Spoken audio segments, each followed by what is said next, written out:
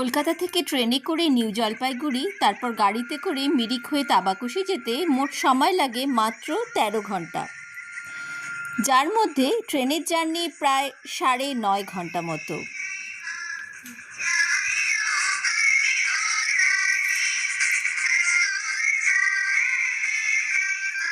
সত্যি বলতে কি, এমন সুন্দর নিস্তব্ধ স্বর্গীয় সৌন্দর্য খুব কম জায়গাতেই দেখেছি। গ্রামটির উচ্চতা ৩,০০০ ফুট মতো। পাহাড়ি পাকদণ্ডী পথ বেয়ে মিরিক থেকে চা বাগানে ঘেরা এই অপূর্ব গ্রামটিতে নেমে আসতে হয়।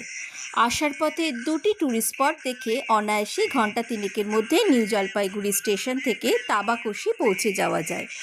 স্পট দুটি হলো মিরিক লেক ও গোপালধারা চা বাগান।